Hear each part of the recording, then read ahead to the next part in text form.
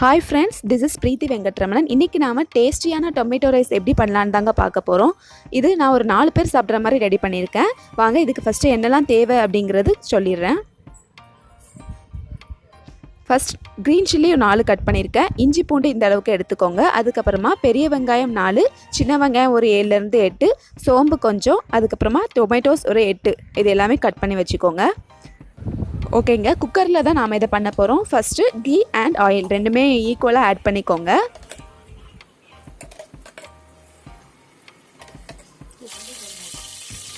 ஓகேங்க, oil heat ஆகிடுச்சு. இப்போ நாம் இதில் ஆனியன் ஆட் பண்ணிடலாம். ஆனியன் சேர்த்து நல்லா வதக்கணும். நல்லா அது ஆனியன் ஜூஸியாக ஆகணும். அதுக்கப்புறம் தான் நாம் இதில் க்ரீன் சில்லி, டொமேட்டோஸ் எல்லாமே ஆட் பண்ணுங்க.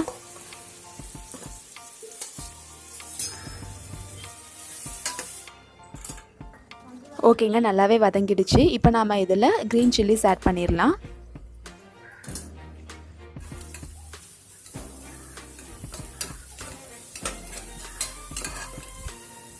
பாருங்கள், நல்லாவே ஃப்ரை ஆகிடுச்சு. இப்போ நாம் இதில் டொமேட்டோஸ் ஆட் பண்ணிடலாம். டொமேட்டோ ரைஸ் செய்கிறனால நாம் இதில் டொமேட்டோஸ் நிறையவே ஆட் பண்ணணும். நான் ஒரு 8 டொமேட்டோ ஆட் பண்ணியிருக்கேன்.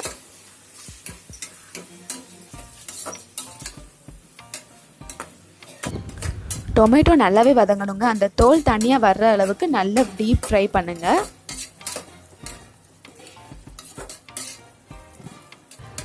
இப்போ நாம் இதில் இஞ்சி பூண்டு சோம்பு இது 3மே பேஸ்ட் மாதிரி ரெடி பண்ணியிருக்கோம். அதையும் நாம் இப்போ இதில் ஆட் பண்ணிடலாம். இதை ஆட் பண்ணி அதுக்கப்புறமா கொஞ்சம் தண்ணி இதில் ஆட் பண்ணி நல்லா ஃப்ரை பண்ணணும். அந்த ரா ஸ்மெல் எல்லாமே போகிற வரைக்கும் நல்லா ஃப்ரை பண்ணுங்கள். பாருங்கள், நல்லாவே ஃப்ரை ஆகிடுச்சிங்க.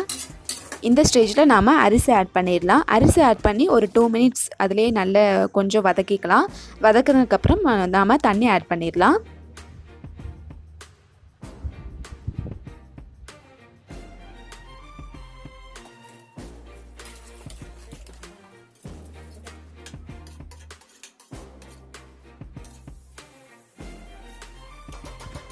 நல்லாவே ஃப்ரை பண்ணிட்டோங்க. இப்போ நாம் இதில் வாட்டர் ஆட் பண்ணிடலாம். நான் இதில் 1.5 அளவுக்கு அரிசி எடுத்திருக்கேன்.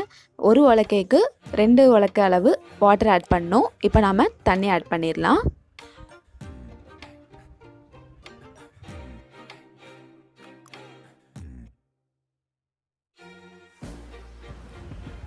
ஓகேங்க, தேவையான அளவு சால்ட், அதுக்கப்புறமா கொஞ்சோண்டு மஞ்சள் பொடி, இது ரெண்டையுமே சேர்த்து மிக்ஸ் பண்ணி விட்டுறலாம்.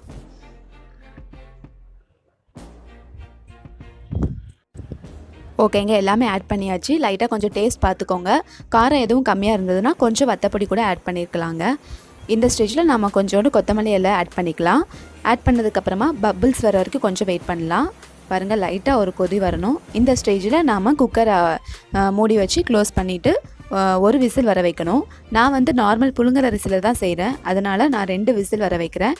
நீங்கள் பிரியாணி அரிசி இல்லைனா வேறு ஏதாவது அரிசி யூஸ் பண்ணிங்கன்னா ஒரு விசில் வந்தாலே போதுங்க. ஓகேங்க, 2 விசில் வந்துடுச்சு. இப்போ நாம் ஓப்பன் பண்ணி பார்த்துடலாம். செம்ம ஸ்மெல் வருதுங்க. ரொம்பவே டேஸ்டியாக காரசாரமாக இருக்கும். இந்த மாதிரி கண்டிப்பாக ட்ரை பண்ணி பாருங்கள். பாருங்கள், சூப்பராக வந்திருக்கு. அரிசி ரொம்ப குலையவும் இல்லை.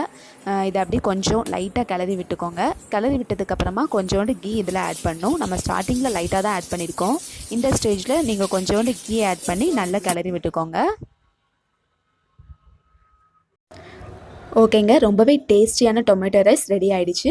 இதில் நாம் மசாலாஸ் அதிகமாக ஆட் பண்ணல, அதனால் இது எல்லாருமே சாப்பிட்லாம். ரொம்பவே டேஸ்ட்டாக இருக்கும். இது ட்ரை பண்ணி பார்த்துட்டு எப்படி இருந்ததுன்னு கமெண்ட்ஸில் ஷேர் பண்ணுங்கள். இந்த வீடியோ உங்களுக்கு பிடிச்சதுன்னா எங்கள் சேனலுக்கு சப்ஸ்கிரைப் பண்ணுங்கள். தேங்க்யூ ஃபார் வாட்சிங்.